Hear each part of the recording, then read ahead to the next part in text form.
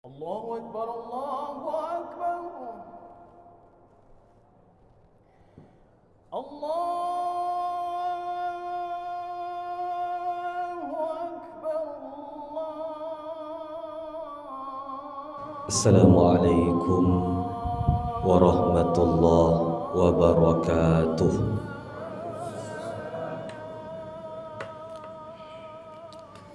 Alhamdulillah, salatan wa salaman ala rasulillah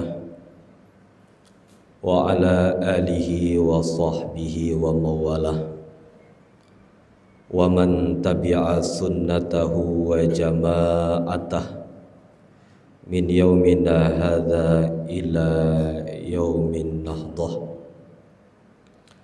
Allahumma salli ala sayyidina Muhammad salatan tunjina biha min jami'il ahwali wal afat wa taqdilana biha jami'al hajat wa tutahhiruna biha min jami'i sayyiat wa tarfa'una biha 'indaka a'la darajat wa tuballighuna biha aqsal ghayati fil hayati wa ba'dal mamat. Amma ba'd.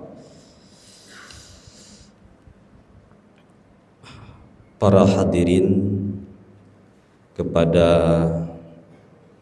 pengurus Masjid Al-Fitrah Huta Alam yang sangat kami muliakan, kemudian yang kami hormati para pengurus DKMA yang pada hari ini sama-sama kita salat berjamaah pada masjid yang sangat mulia ini.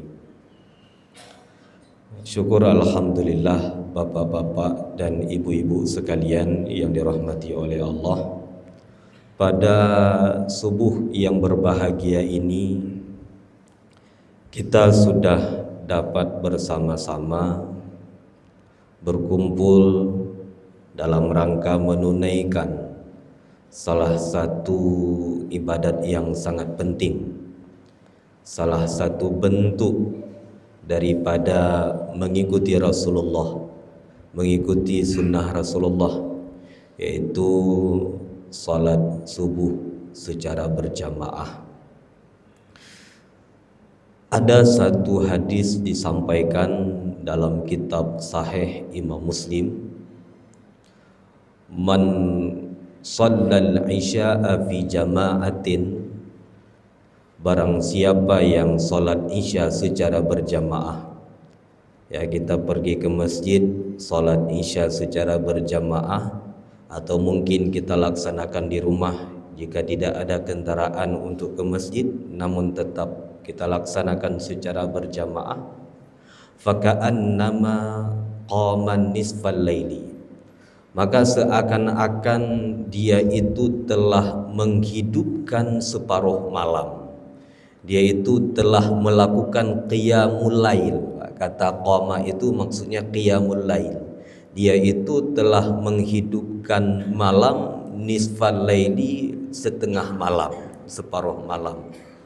Lalu dilanjutkan oleh Rasulullah, wa man shalla subha fi jama'atin, kemudian dia melanjutkan dengan salat subuh secara berjamaah.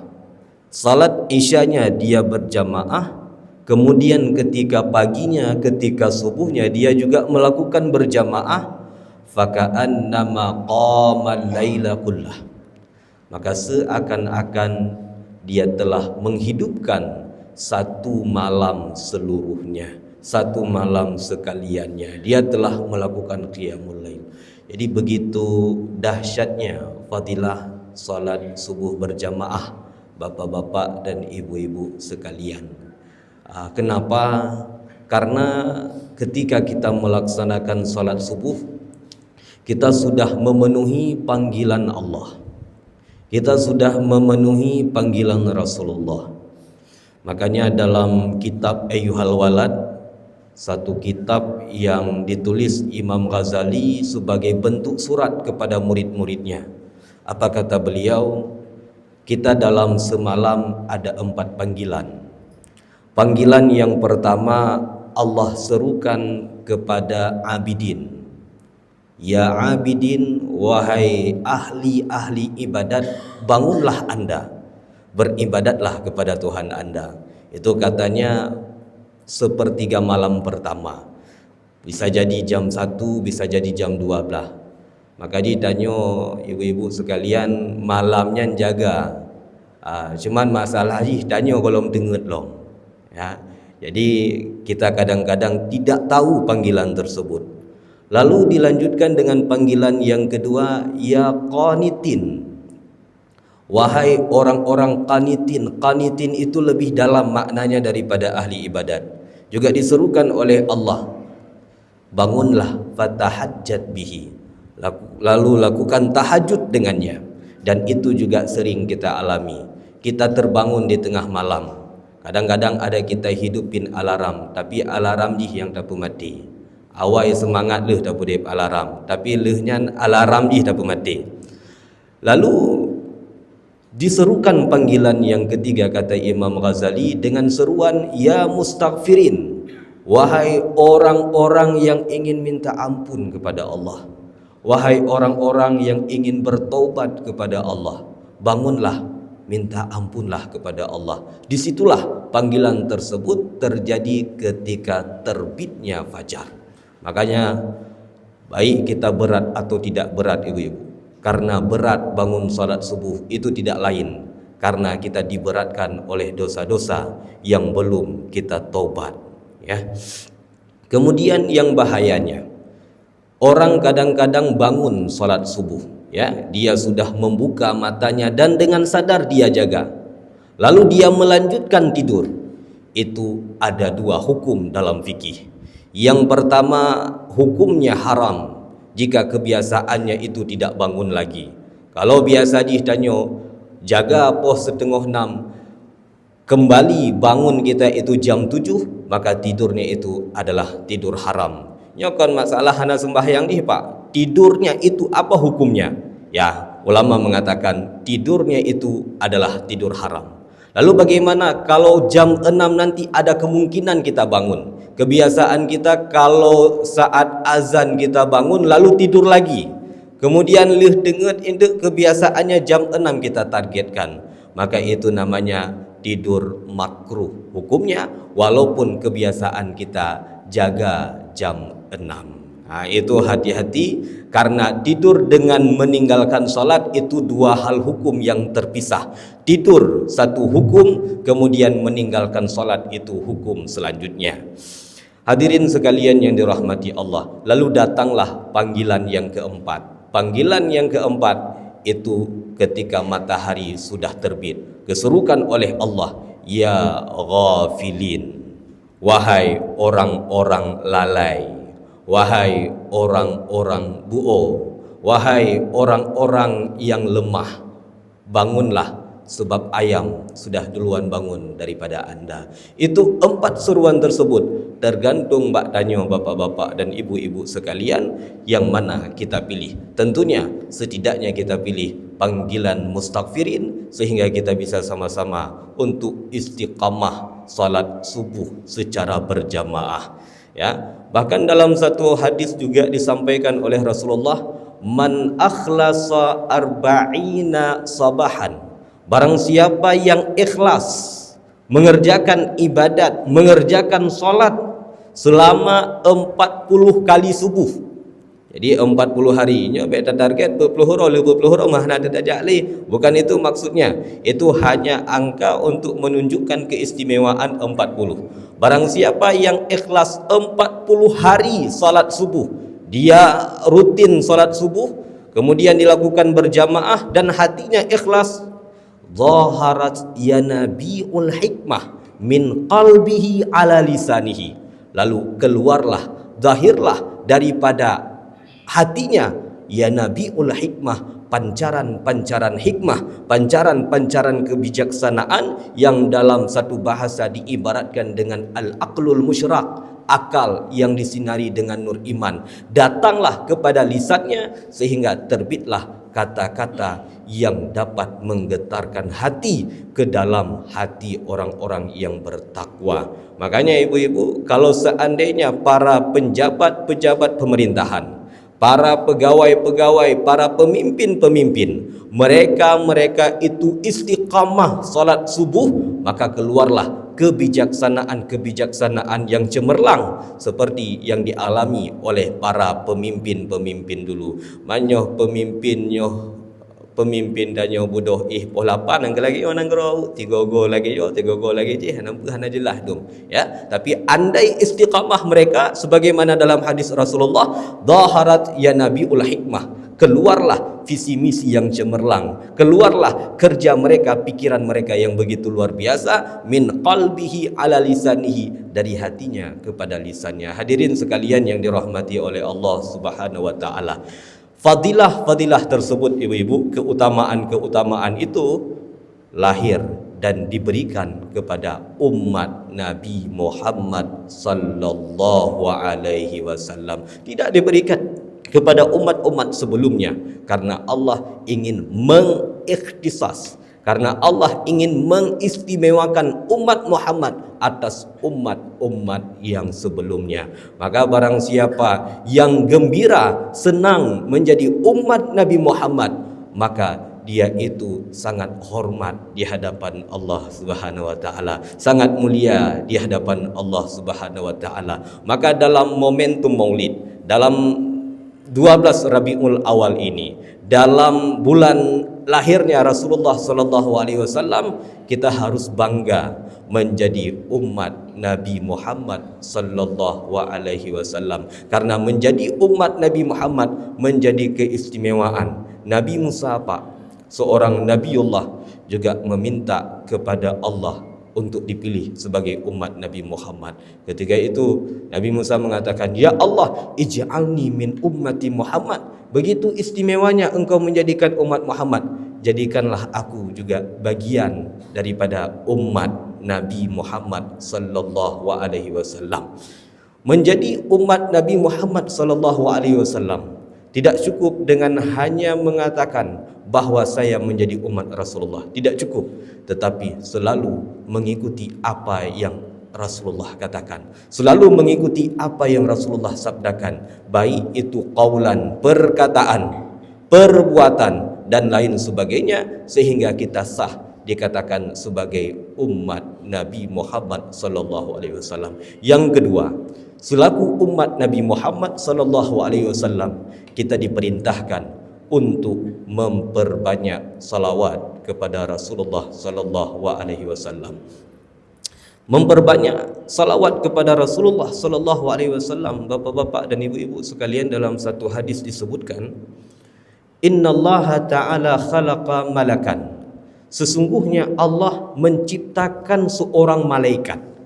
Jadi Allah menciptakan seorang malaikat, lahu janahun fil masyriq, dia itu punya sayap, sayapnya itu di timur, wa janahun fil maghrib, dan satu sayapnya lagi di barat. Ya, ra'suhu tahtal arsy, kepalanya itu di bawah arasy, lalu kakinya itu di bawah bumi yang 7 atau tanah yang ke-7. Man shalla rajulun wa mra'atun alayya min ummati, dan barang siapa laki-laki dan perempuan yang bersalawat ke atasku, kata Rasulullah, maka Allah memerintahkan malaikat tersebut untuk mengelopak sayapnya, membangkit sayapnya, kemudian menggetarkan sayapnya.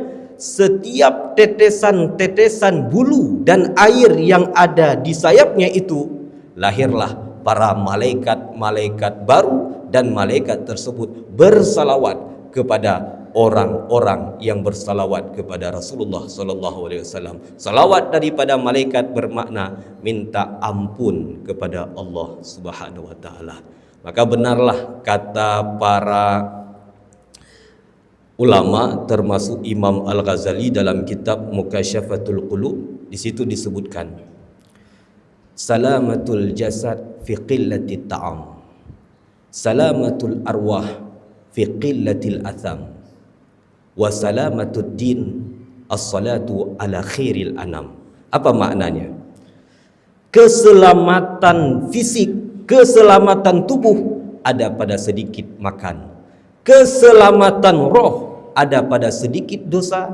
Keselamatan agama ada pada salawat kepada Rasulullah sallallahu alaihi wasallam. Pada kesempatan hari ini saya sendiri akan mengulas satu persatu bagaimana maksud daripada penjelasan kitab tersebut. Yang pertama, ibu-ibu, salamatul jasad fi qillati ta'am.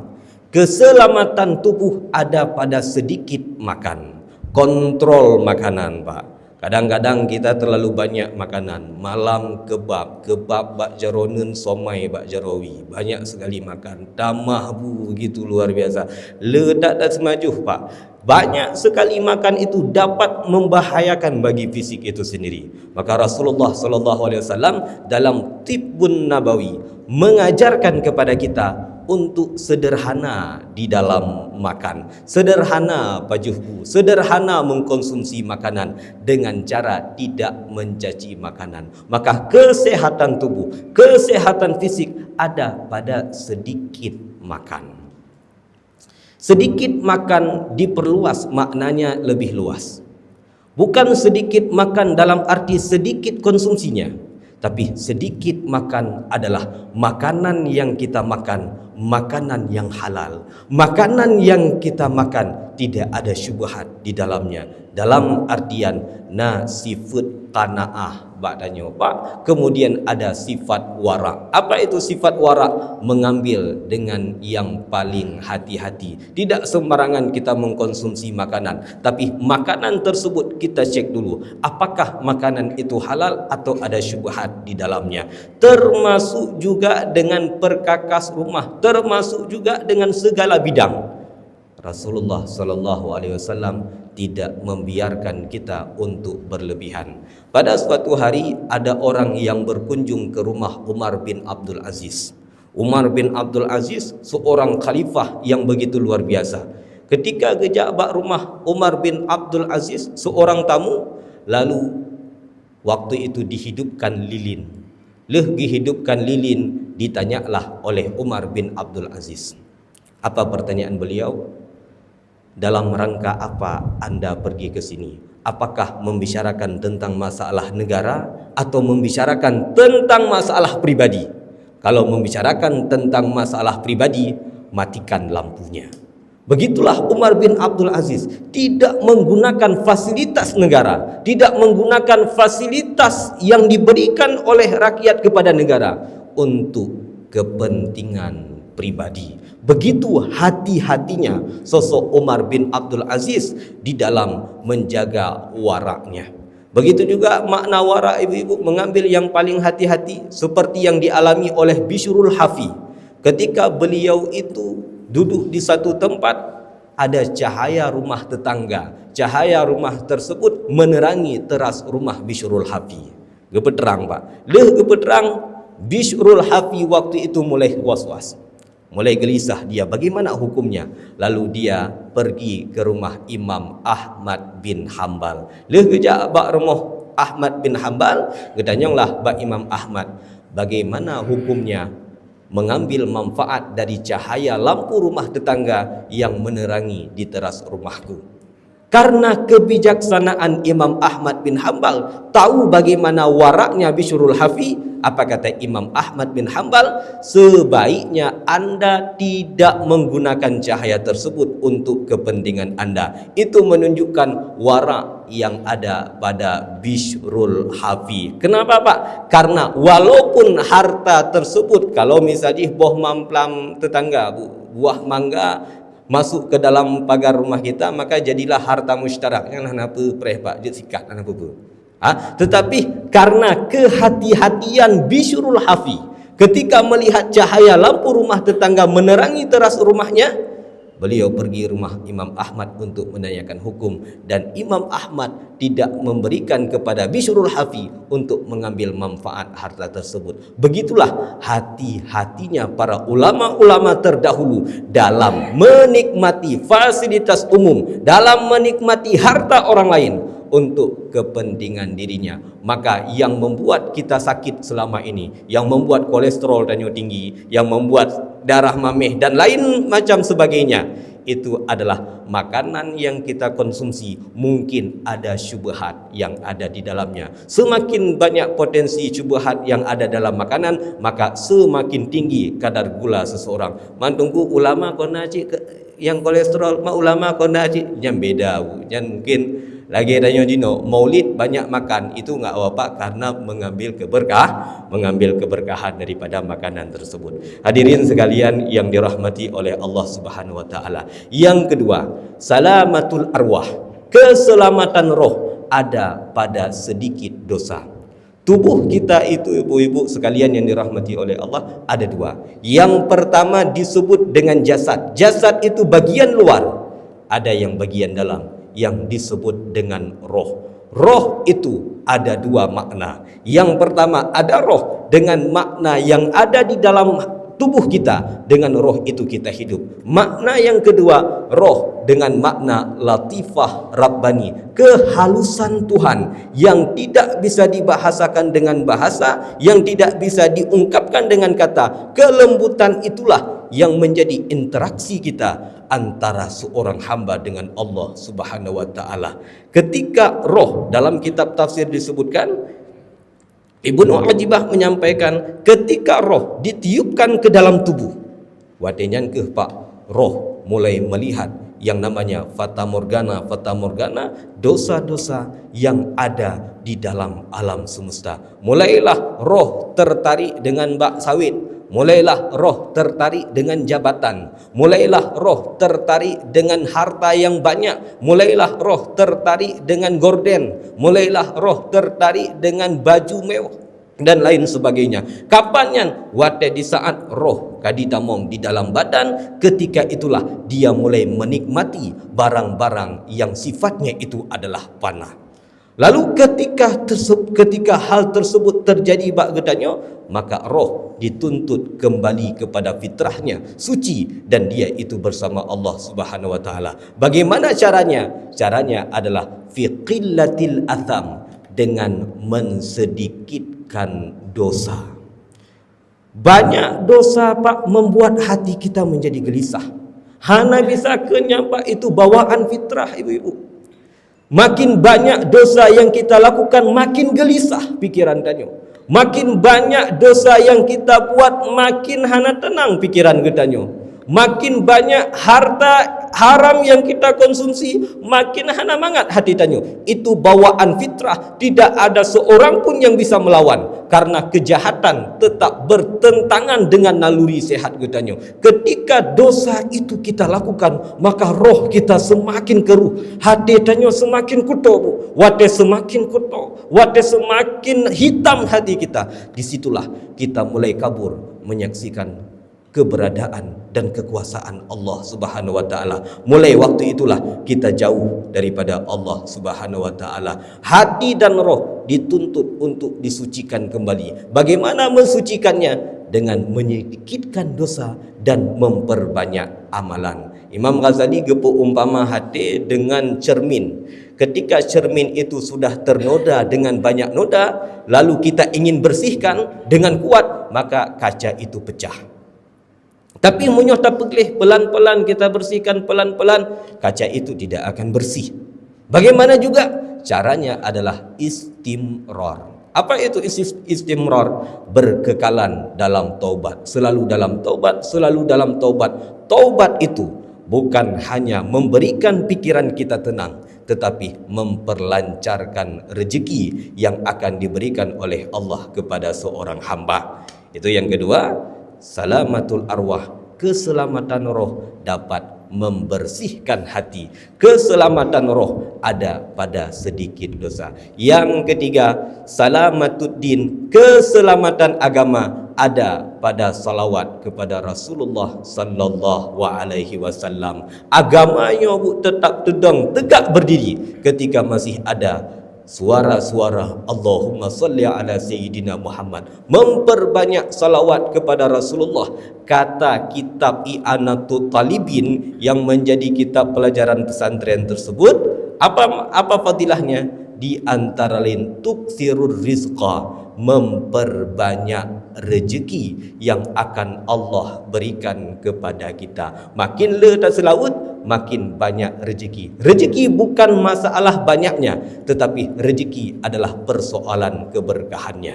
Lalu yang kedua, kata pengarang I'anatul Talibin tersebut, banyak bersalawat kepada Rasulullah sallallahu alaihi wasallam sababan lil wusul, menjadi sebab orang itu sampai kepada Allah. Sampai kepada Allah dengan makna kita dekat dengan Allah. Kita itu dapat bermesra-mesraan dengan Allah. Semua hajat kita itu ditunaikan oleh Allah. Semua yang kita lakukan itu dicintai oleh Allah.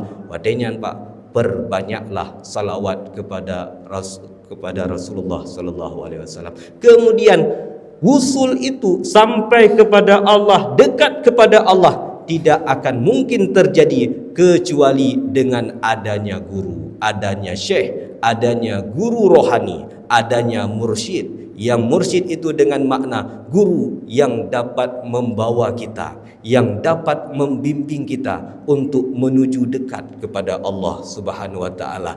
Karena dalam hal dekat kepada Allah tidak akan mungkin terjadi dekat kecuali adanya seorang guru. Lalu kata syekh tersebut, tidak akan bertemu seseorang dengan gurunya kecuali dengan memperbanyak salawat kepada Rasulullah sallallahu alaihi wasallam. Maka dalam kesempatan yang berbahagia, dalam kesempatan bulan yang berbahagia ini, mari ibu-ibu dan bapak-bapak sekalian, kita terus menerus untuk memperbanyak salawat kepada Rasulullah sallallahu alaihi wasallam pada hari ini dan seterusnya.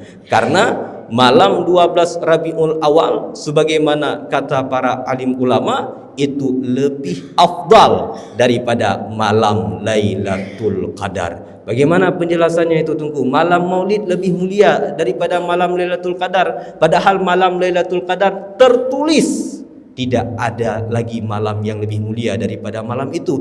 Lailatul Qadri khairun min alfi syahrin. Malam Lailatul Qadar lebih mulia daripada 1000 bulan. Lalu bagaimana malam Maulid itu menjadi lebih mulia daripada malam Lailatul Qadar?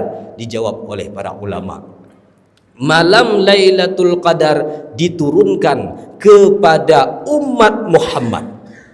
Nabi Musa hana malam Lailatul Qadar. Nabi Isa tidak ada malam Lailatul Qadar. Khusus diberikan kepada umat Nabi Muhammad. Sedangkan malam Maulid diberikan kepada seluruh makhluk yang ada dalam alam semesta. Maka ketika 12 Rabiul Awal lahirnya Rasulullah, lat batat kaya batia, semua makhluk yang ada di bumi gembira dengan lahirnya Rasulullah sallallahu alaihi wasallam. Alasan yang kedua, ibu-ibu, malam Lailatul Qadar turunnya malaikat.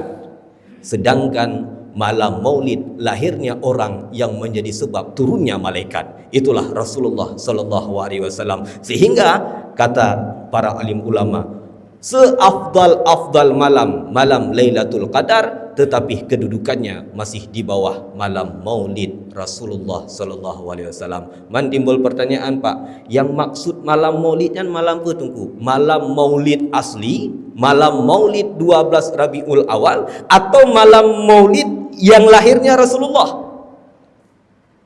Terjadi iskal para ulama, malam Maulid mana? Apakah 12 Rabiul Awal asli lahirnya Rasulullah, atau malam 12 Rabiul Awal selanjutnya?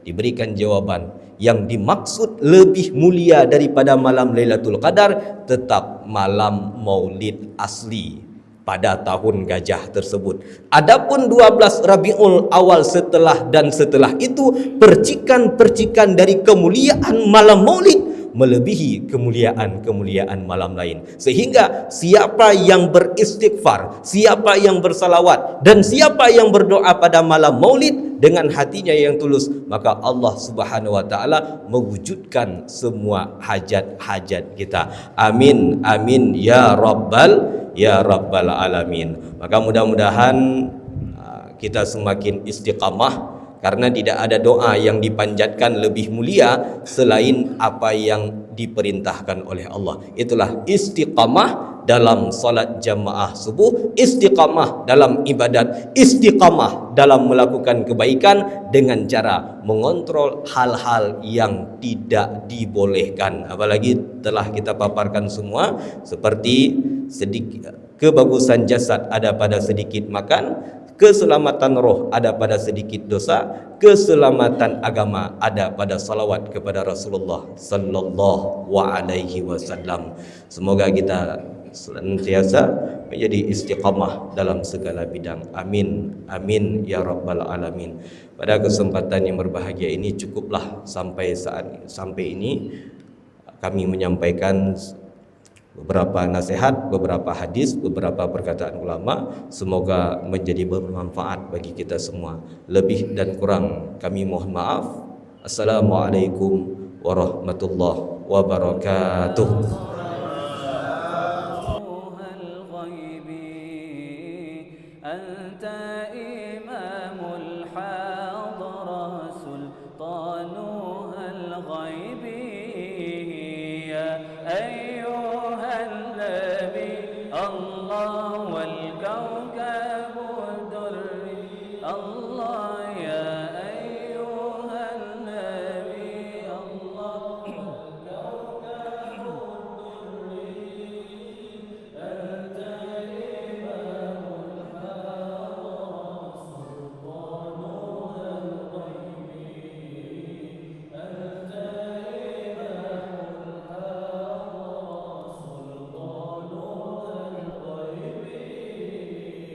فإني عبد حملي ثقيل فإني عبد حملي ثقيل ولي ذنوب مثل الرمال ولي للرمال يا أيها النبي الله والكوكب الدري الله يا أيها النبي الله والكوكب. Terima kasih Gibraltar. Terima kasih.